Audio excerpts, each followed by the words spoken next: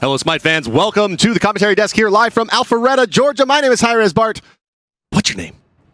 Brandon. Brandon, that's it. It's Brandon Nance, a.k.a. Juice DM. His Twitter handle is not actually DM Brandon. No, it's not. It is Juice DM. I don't know. I got your back, buddy. I've been working here for a long time, man. It's High Five versus Eager. I'm sure all of you lovely, lovely viewers out there in the Smite game chat and wherever you may be watching, however you may be watching, thank you for joining us for EGR World going up against High Five here in the final best of 5 of the relegation qualifiers. I think a lot of the viewers today are excited to see Eager. They're one of the most respected and well-liked teams. Respected, maybe a little light. Revered. There you go. Something more around. A little bit of God status and there. Bad news for them is I'm predicting a quick 3-0. For the High Five boys. No. You expect Eager to 3-0. Eager has been training exclusively with the current reigning champions, right, of the Season 2, and that's going to be AFK. And if they have that level of practice, if they're getting practice from Cyclone Spin and Allied, this one's going to be free. Well, yeah, we know that a lot of the players on AFK, well, it's especially Allied, right, looks at Zatman as kind of like senpai. So you'll have a little bit of, we'll see how fast speed they have been scrimming, right? We'll see if Anatoly has improved from the last time we saw him. We'll see how Lasses is doing the transition to mid, Dare to Care in the jungle and whatnot. But they've been running that roster for some time now. That's true. High Five has a little bit of a different roster, which originally contained Wolfie, has been replaced by Medieval. Bolcher is still there, El Brochacho, El Chapu, Nantana. This is actually a pretty solid roster. It is a very solid roster. Most notably to me is Bolcher, I think, on this team. Bolcher is a player that I've been following for a long time. Incredible mechanics, very safe. He kind of like has an MLC stealthish to him where he doesn't like to put himself out of position. And Medieval, really good. And not to diss the rest of High Five here, but I think is playing a little bit below his standard here. I definitely think he's a player that could wind up on a top 4, top 5 team for how well he's doing. And I know at one point Denial was looking for a solo laner. I thought it was going to be him. Well, yeah, I mean, probably the names Nantan, El Chapu, the rest of that squad is pretty well known. Right? They've been around the scene. They've played on different teams. No surprise, Wolfie was part of this squad at one point, right? It's kind of that caliber of player, it seems, that is primarily comprising High Five, is these guys that are really, really, really good Masters level players that are really looking for a home. Well, they're going to be going up against the team that has, I think, a home together, right? And that's going to be Eager. There we go. The segue. Dare to Care, Aurora, Zap, Lass, and Anatoly. None of these players really need introduction.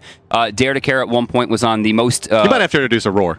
Yeah, I was actually going to get to that. Dare to Care originally on COG, which contained Barracuda and all that. He was the support. Yeah, I think one of the best plays that ever came out of Smite was actually off the back of Dare to Care's 4-man defense at the Titan with 2 Phoenixes down to actually get COG the win. At the launch tournament. Right, which was incredible. Saved them from elimination. And then there's Aurora, who was, I think, kind of the star player on Fat Chunks Assemble in Season 1. So.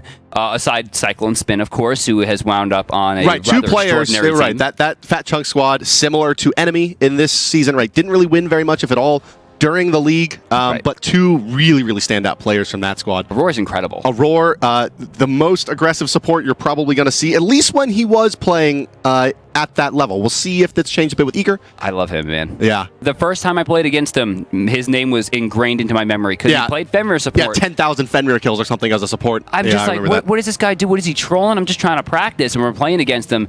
The dude carried the game like I've never seen, and he was full tank. I'm like, I never want to fight that again. That's when I really, truly learned how good Runeforged Hammer was. Right? Oh, my God. Fenrir support, yeah. So for those of you that see that in your casual games, you can thank one man for that. That is Aurora. I believe his name is Max, and he's the reason that you have to deal with Fenrirs. Hey, Bart. Brandon. P's and B's. Hey, let's do it. And there it is. Didn't like the P's and B's. I heard it. I listened to it. It was very awkward. He tried to yell at one time, and it was just the biggest facepalm. He's just like, I don't get it. It was rough. But here we are. It's Eager versus High Five, my friends. Eager will be the blue squad, bottom side of your UI. High Five, red squad, top side. First man is out. It's Circuit. So for me, keys to victory for High Five is make sure that Medieval gets the out rotations on Anatoly and allow Bolcher to get big in the mid lane. Get that extra magic damage. As well as always, and this has always been the key, shut down Lassus. Focus all of your efforts on killing Lassus no matter what role he's in, no matter what he's doing. Just kill him over and over. He'll eventually tilt, and the arguments will start, and that's how it's always been, right? But that probably, you see that playing out a little bit here, right? Like, ban Odin.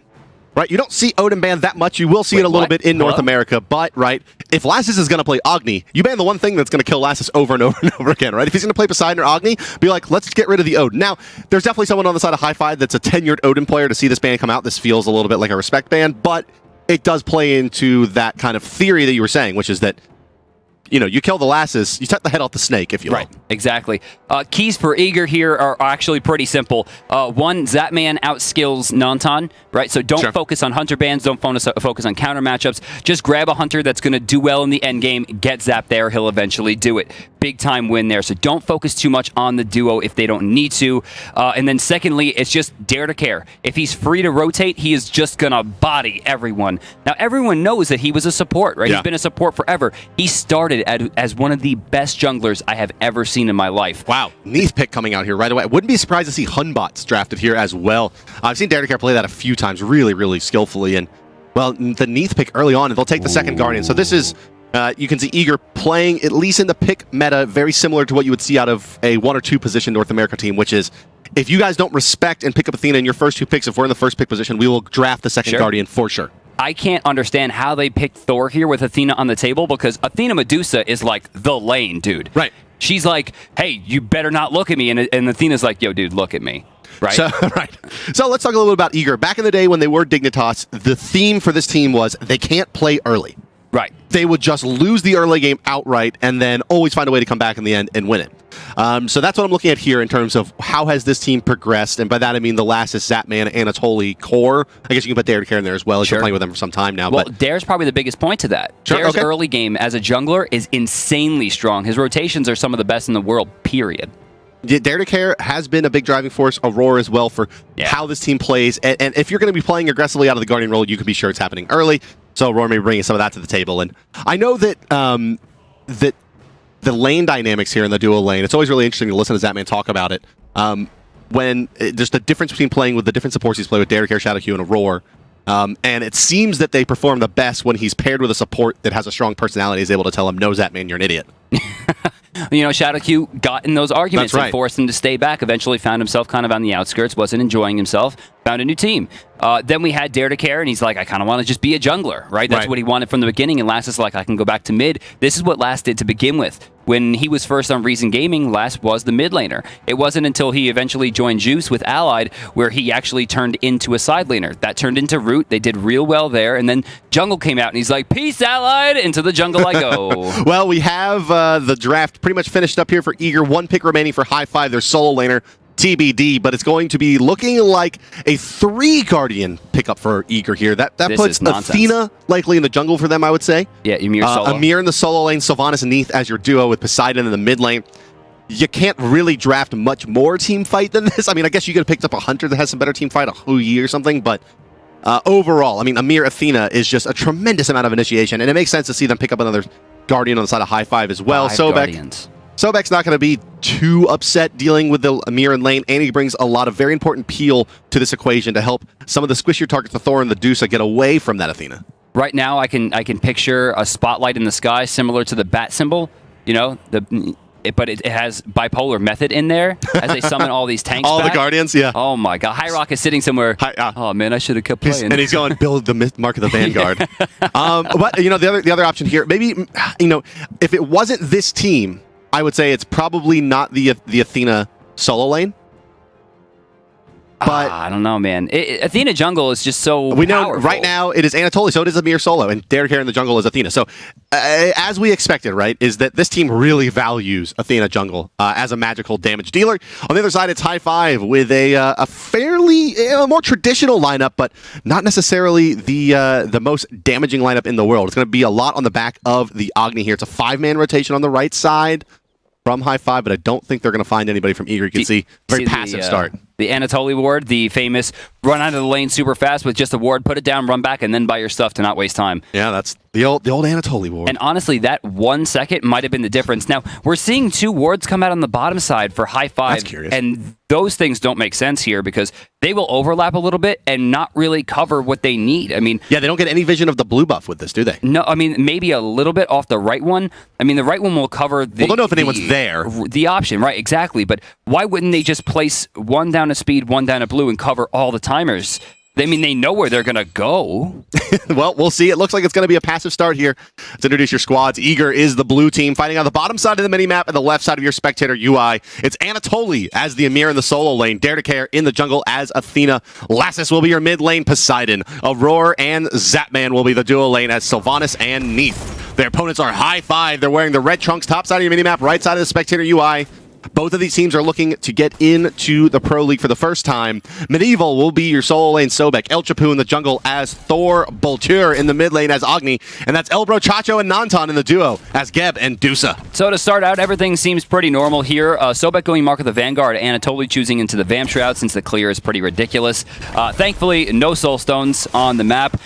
Taking a look at the Hunters here, Zapman choosing into, it looks like the Heartseeker. Look at Zapman. God. That's a Zapman plan if I've ever seen one. And look at that, Nantan forced to take out the Lacerate and use it immediately. Was he that afraid from Zap at that stage already? I guess, well, I guess that backflip ends up being not so bad. He can kind of kite this wave back and then use it to detonate and get a pretty efficient farm. Yeah, this is actually going to work out super well for them.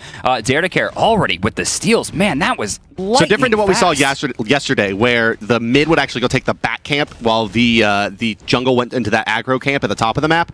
But here they're going to split it on Eager. This means that they're going to be not necessarily getting level 5 on Lassus as early as they might normally, given that split that I just detailed out, but it will allow them to split both camps to be more efficient and ahead overall. That's right. After this wave, I'm actually expecting them to go back, take the left one, and that's going to clear the map outright. I mean, this has been a pretty good rotation for them. Overall, though, you could see Eager has a decent advantage, already about 400, almost 500 gold. Yeah, even with that double tap from the Thor, you can see a big HP advantage on the side of Eager as well, as they got the better of that. Lassus able to throw out a tidal surge there that hit both the god and the minion. Now, over on the right side here, we have two Guardians facing off. Now, it's unlikely we're going to see any major kill potential here, and honestly, if it does happen, it's probably going to belong to Sobek. Yeah, big advantage to Sobek in this matchup, I'd say. He can heal. Maybe the wave clear isn't as good, but there's really no way for Anatoly to get a kill onto this Sobek without, like, a lucky wall stopping a charge prey. That's pretty much it. Besides, I mean, Glacial Strike, sure, by the time that's really online and clearing waves with one cast, Sobek is perfectly happy, right? His abilities cost a lot of mana, but he has a blue buff, and he has an ultimate that regains his mana as well, and he can span 2 abilities for every one of Ymir's and still come out okay. Back into the mid lane here, El Chapu and Bolcher completely uncontested. Finally getting the back camps on the left side. 30 seconds until we see the mid camps coming up. Lassus already level 5. Bolcher, well, I want to go back to what Adonis was talking about yesterday some here.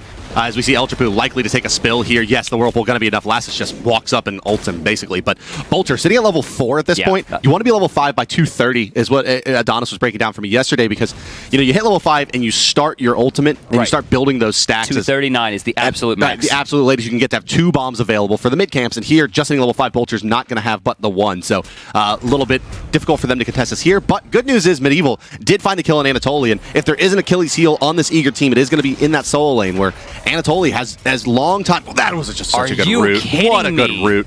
And Zapman with the perfect auto attack cancel directly into the backflip for the hot style kill. That was nice. 3 minutes it was in, sexy. That was gorgeous. But Medieval getting the best of Anatoly in the solo lane. I don't want to leave that point hanging too long. Just the idea that if there's a place to look and be concerned about Eager, it's going to be in that solo lane. We'll see if Anatoly has kind of shored up some of the issues that he had in yesteryear playing, which was often just getting beat in the lane and just getting behind 300, 400, 500 gold after the laning phase and giving up a kill early doesn't help.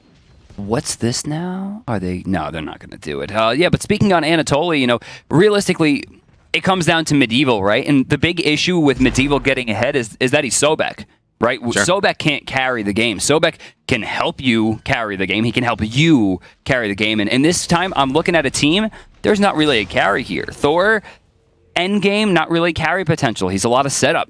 Agni, decent amount of damage, right? Maybe we're looking at Bolcher, which is another one of the keys to victory. But Medusa, one of the lowest damaging hunters in the endgame comparatively. She's compared to someone like Neith or Cupid. That's an early... Was that a blink onto Athena? Wow.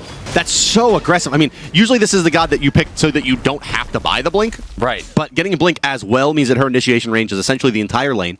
And that Bolcher will never be safe. He's going to have nightmares about this. Right, but they also must use it, right? I mean, if it gets to the point where Bolcher is able to escape and El Chapu's not getting caught anymore, then this blink in the endgame is going to turn into a nightmare, because preemptive strike is not really a move that you're like writing home to mom about if you're not using it for initiate, right? It is a 2.25 second, 25% slow at max rank. Sure, but at the same time, it's also a huge charge up and one of the most telegraphed moves in the game. And reach is okay, I guess. The passive you get out of it. But this is a little curious. Medusa going for the Devo's gloves.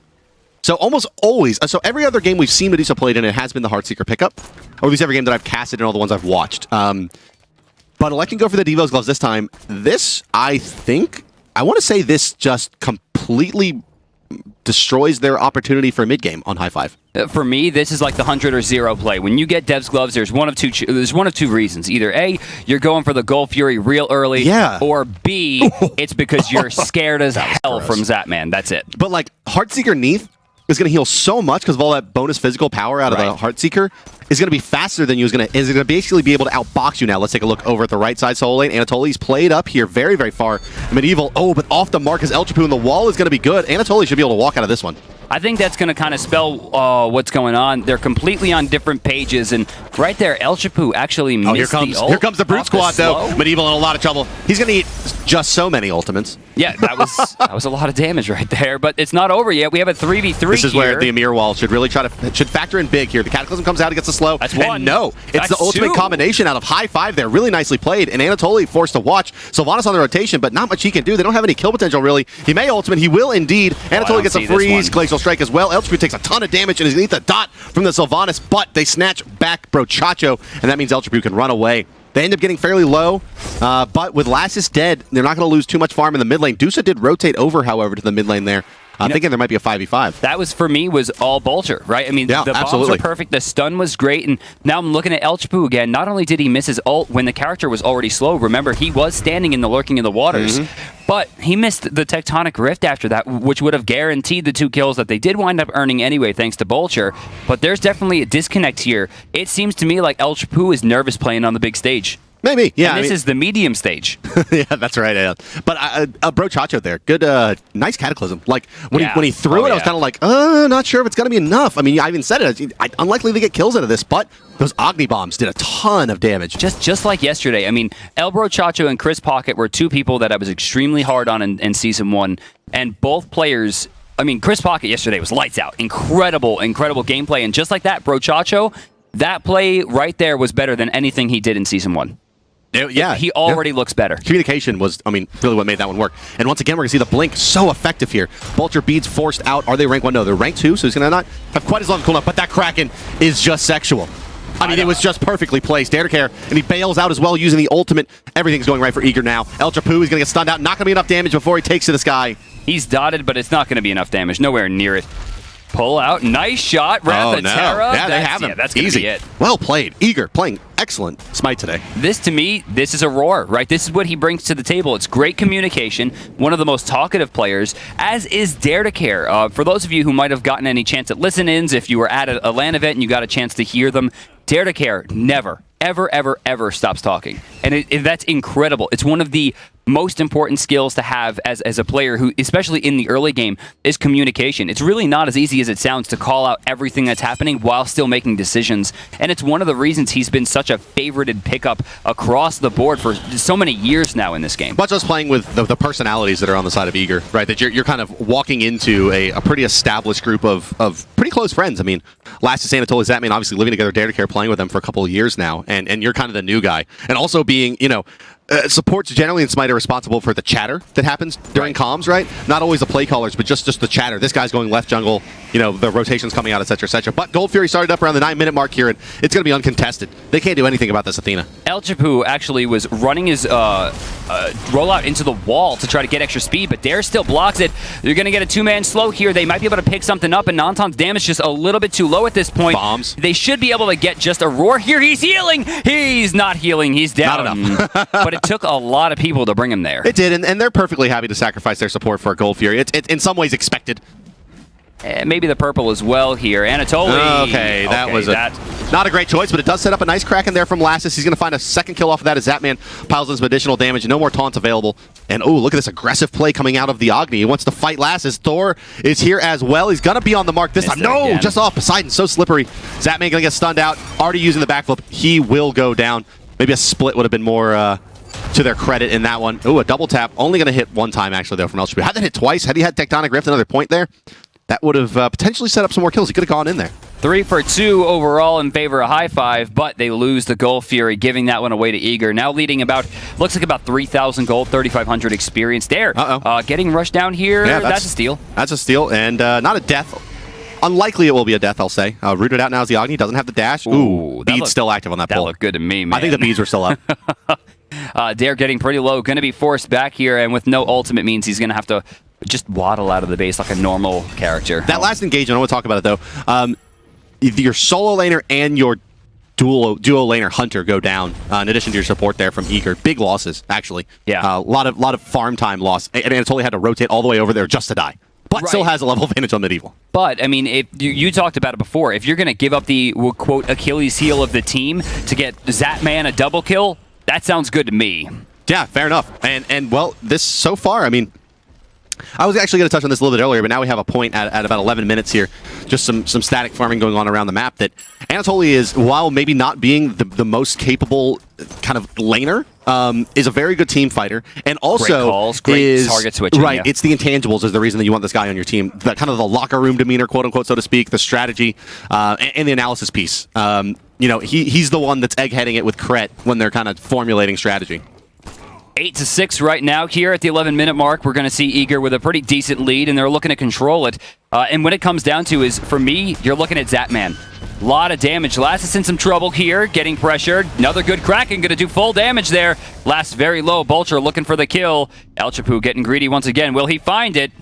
He doesn't want to use this ultimate to kill Lassus. Lassus blinks away. Lassus blinks away. He was, even without the blink, I think he might have missed that one. Is Elchapu going to sniff this one out, though? Surely he will. He doesn't. He's looking to reinitiate back into the mid. Lassus winds up escaping. Bolcher running strictly from Aurora here as Zatman and Dare rotate back over. Medieval and Anatoly on the way. I mean, here's the thing. Aurora, is he really going to try to fight? Okay, there's an Athena. I was like, is he serious? They're still going to die, though. That was a little aggro.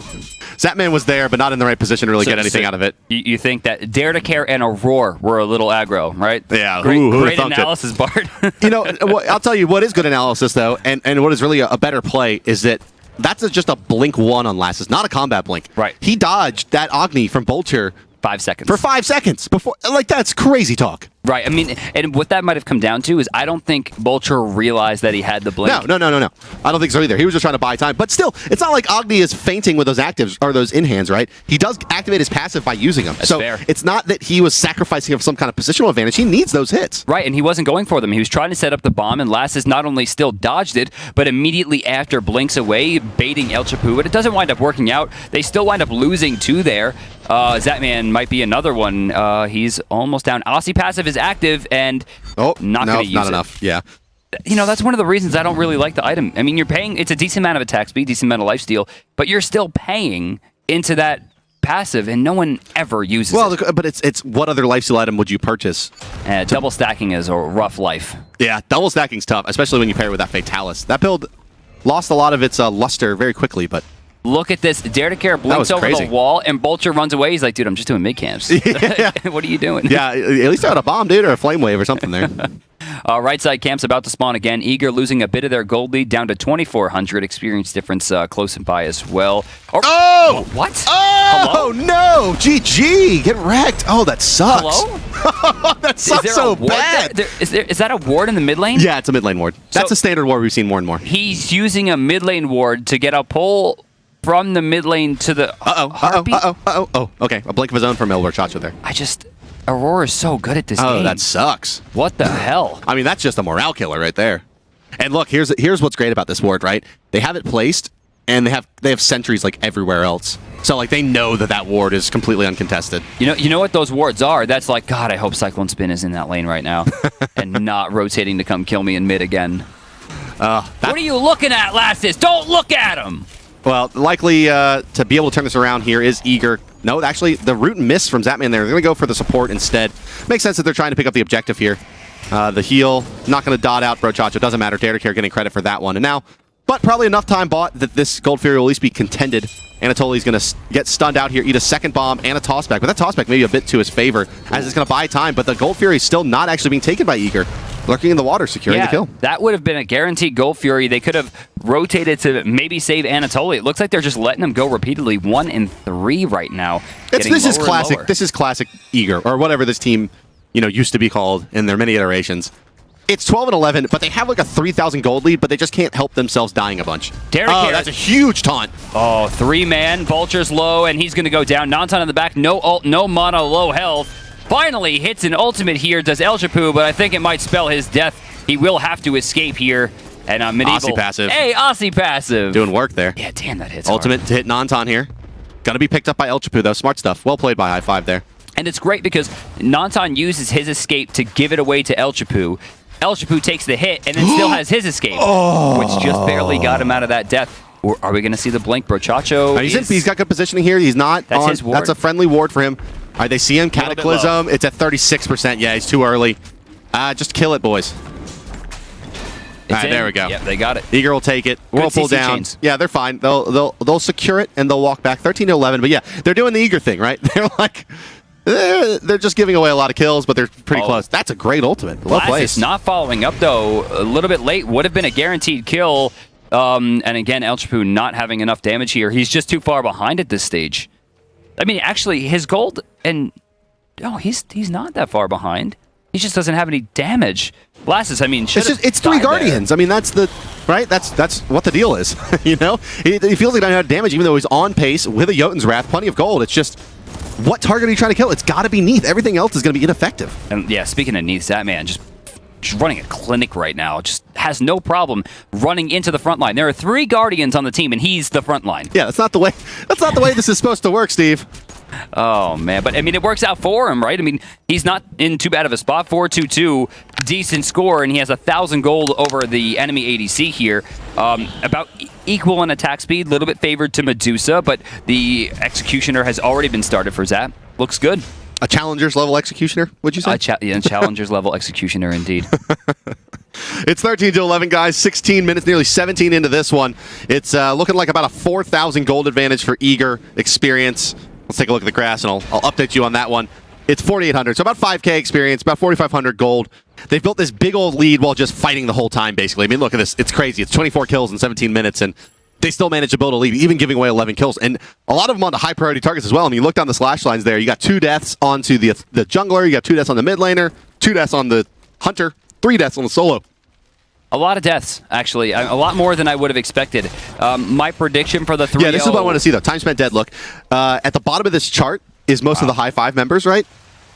They're dying so much as Eager, but they've racked up a lot of these deaths early on in the game where they're able to come back much faster, which is why you don't see a big experience differential. Yeah, Zap has over a minute extra dead over Nantan, and yet higher level. Much more gold. Just more. That double kill early on just helping accelerate him. Finding a way out of a sticky situation there is Eager. The support's on the roam. Last is now caught out in an awkward position. They need to make a decisive play here quickly, and he just erases Bolter. That's about as decisive as a play as you can get. And now he's just kiting El Chapu. Please. And, I mean, he's likely to die here. Well, yeah, he has to die here. No way. That was Brochacho. That wasn't even El Chapu. That's right. And he was running into Nantan. Like, it was the fact that he was cut off. Roar going to find a 4-man defensive Wrath of Terra. Slows coming out from the Stone Gaze there. I don't know if it'll be enough. Yes, they will find it. Yeah, and again, look at Eager just one by one making their way into this fight. But here's that, man. They got the CC chain, and now it's a big Ymir ultimate. That's going to do a nice amount of damage, but without real damage items, just probably the winged blade I would expect out of the Ymir at this point. Not too much actually cooking. Finding the kill there. Zap using his ultimate to follow it up. Nantan getting lower. Geb Shield will do well, but the Viper shot misses completely. Dare blinks back in, and it works perfectly. Glacial strike for the double, and El Brochacho, you can't go that way. He's like, I want to go this way, please. Wall. What level is that wall? Too high. I mean, it's got what? He's 17, so it's like level 3, level 4, right? Oh man, it looked like it was max. That was up forever. Data carry with a pixel of HP left, and Zatman does what Zatman does. Tower damage. You guys fight. I'm gonna go do things. I want to kill this tower. Oh man, he gets paid per tower hit. Huge skyrocket there, almost doubling their gold lead from about 4 minutes ago, and with that has put them in a pretty decent situation to close this one out.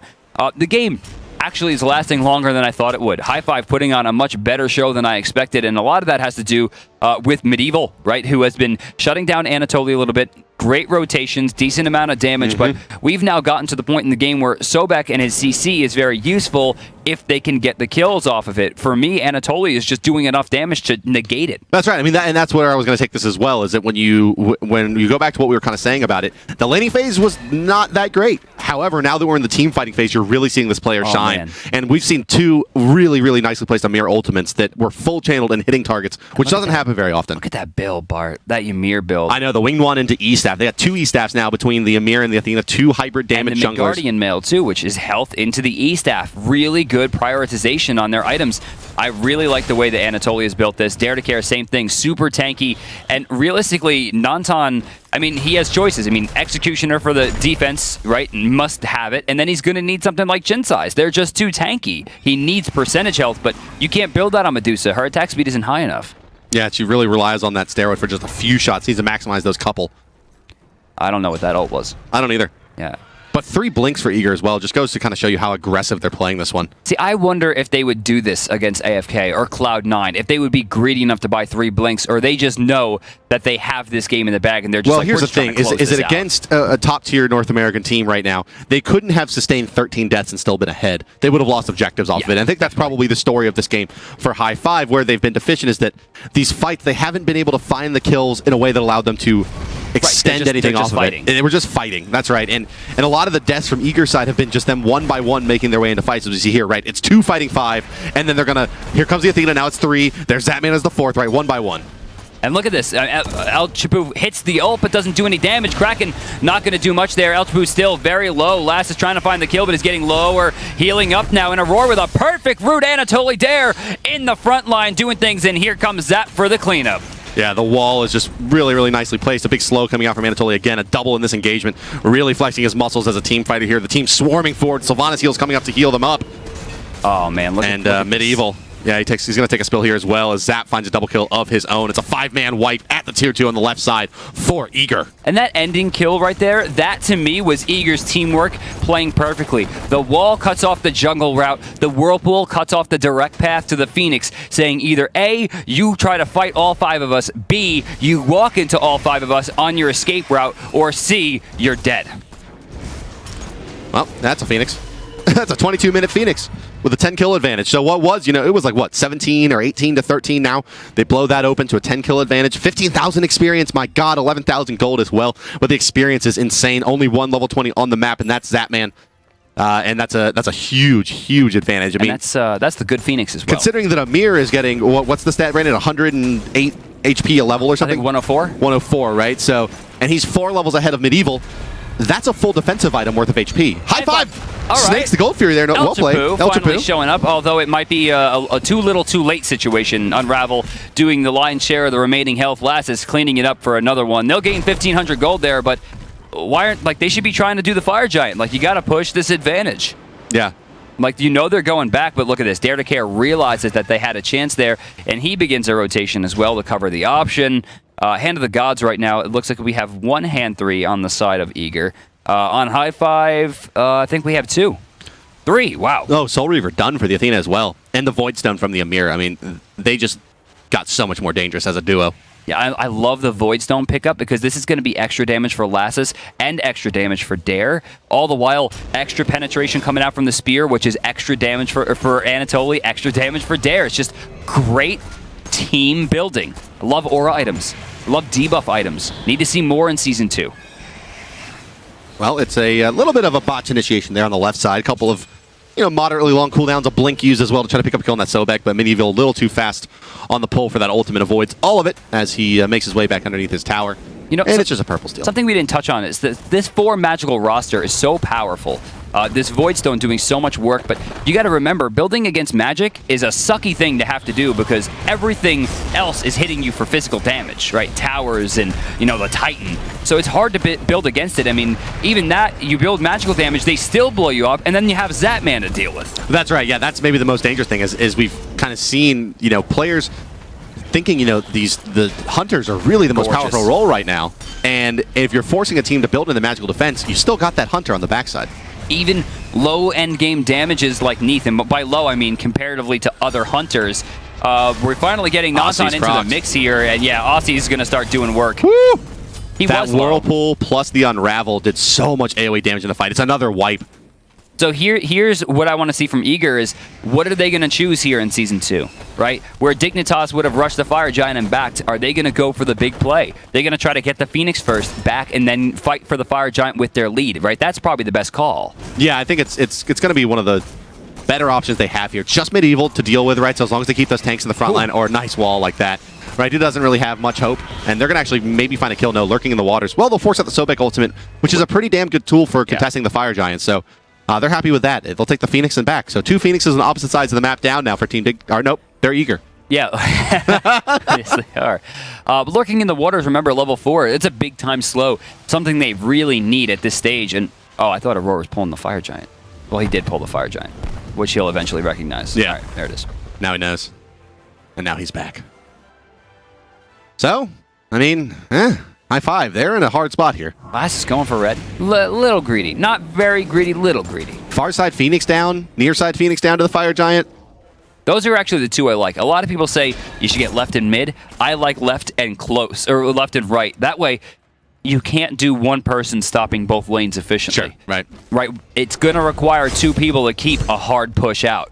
So with that, they should have a really good chance here. I mean, Ymir should be able to take this Fire Giant for very little effort. Yeah, and you could see how, they didn't rush down that Fire Giant and try to get it started right away to force that difficult position out of high five where they have to defend the base and the Fire Giant. They're perfectly happy to farm up their side of the map, get their gold up, and then go in. And, well, that's really, really tough. That was so unnecessary. That's really tough for high five. They lose their Guardian here. They do have 2 additional Hog 3s, though, on the Sobek and the Thor. I think they realize a little bit that it's going to come down to some big plays to get them back into this one. Well, healing will be good here for Zapman. I like the fact that no one else is pushing this wave super hard. They're letting Zap get those hits off, getting him closer to full health. They're going to push in. This should be a free tier 2. Remember, they did lose El Rochacho there. For me, I think Ymir foregoing the Fire Giant and pushing is a much better play. They don't need the Fire Giant. That's with right. How far ahead they're strong enough now, right? 15K? Yeah, some crazy amount of experience as well. Probably 20K or so, and this could very well be the last fight of the game. Medieval just destroyed by Lassus and Anatolian combination. A half-hearted bomb coming out, but it's not enough to stop the push forward as Ymir makes their way into the mid-Phoenix and the base. They've broken the base in 2 other lanes so far. That left side Phoenix, remember, only at 50% HP. You know, we talk about the Fire Giant a lot, and, you know, it gives a huge buff. It's an amazing, amazing buff. But it's definitely not anywhere near equivalent to 15K. And I don't think there's been any amount of throws more than at the Fire Giant. I mean, that's where games are lost. No, absolutely. So right. For them to forego it and just try to push in, this is the absolute 100% most efficient play that they can make with their lead. We're going to look at Elchapu here as he tries. He's going to get a big ult this time, but again, too little, too late. Not nearly enough damage on the side of high five at this stage. Titan's probably going to fall pretty quickly here. Yeah, he's down 20%, under 20, now 10%. They're diving and falling. Titan is done. Ymir flexes their muscles against high five.